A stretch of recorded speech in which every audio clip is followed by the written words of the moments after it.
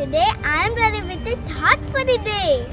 Thought for the day is a daily quote that gives you the positive opinion to start your day with encouragement and inspiration. The thought for the day I am going to tell is the only way to get respect is firstly to give it. I repeat, the only way to get respect is firstly to give it. It means we should respect everyone. We should not show difference between great people and poor people. We should respect all equally, and then we'll get the respect from everyone. This is today's thought for the day. You also start your day freshly. Thank you.